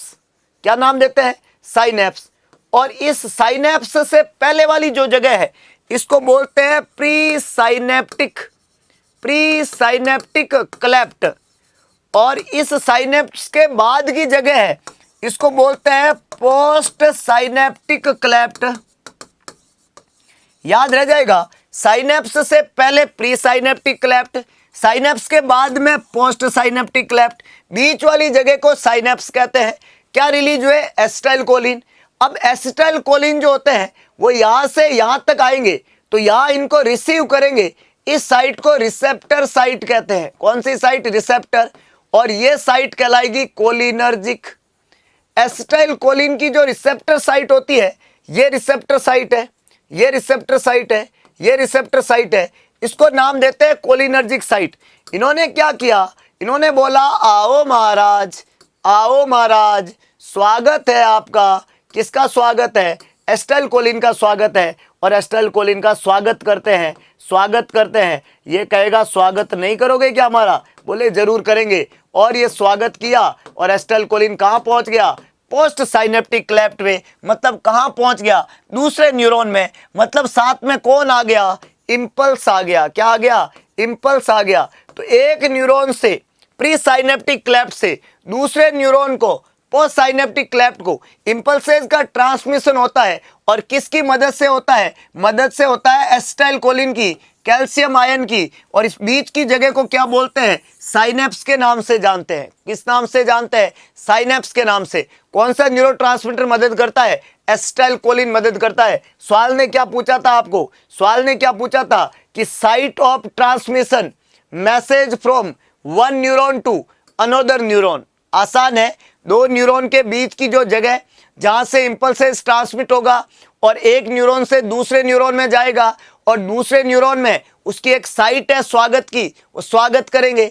उस साइट को क्या नाम देते हैं, ट्रांसमिशन वाली ये जो जगह है, बीच का जो ट्रांसमिशन होता है, इस ट्रांसमिशन को हम क्या बोलते हैं, इस ट्रांसमिशन को हम नाम देते हैं साइनेप्स। तो यहाँ पे करेक्ट आंसर क्या बनेगा, साइनेप्स। याद रहे मैंने आपको बताया कि डेंड्राइट जो है वो इंपल्सेस को लाता है towards the neuron. Towards the neuron अगर इंपल्सेज आता है तो ये काम कौन करता है, डेंड्राइट। एक्सॉन का काम क्या है, इंपल्सेज को कैरी करता है अवे फ्रॉम द न्यूरॉन। तो अगर इंपल्सेज न्यूरॉन से दूर ले जाना है तो एक्सॉन करेगा। और नोड्स ऑफ रेनवियर क्या करता है, नोड्स ऑफ रेनवियर एक गैप है, gap between two myelin sheath.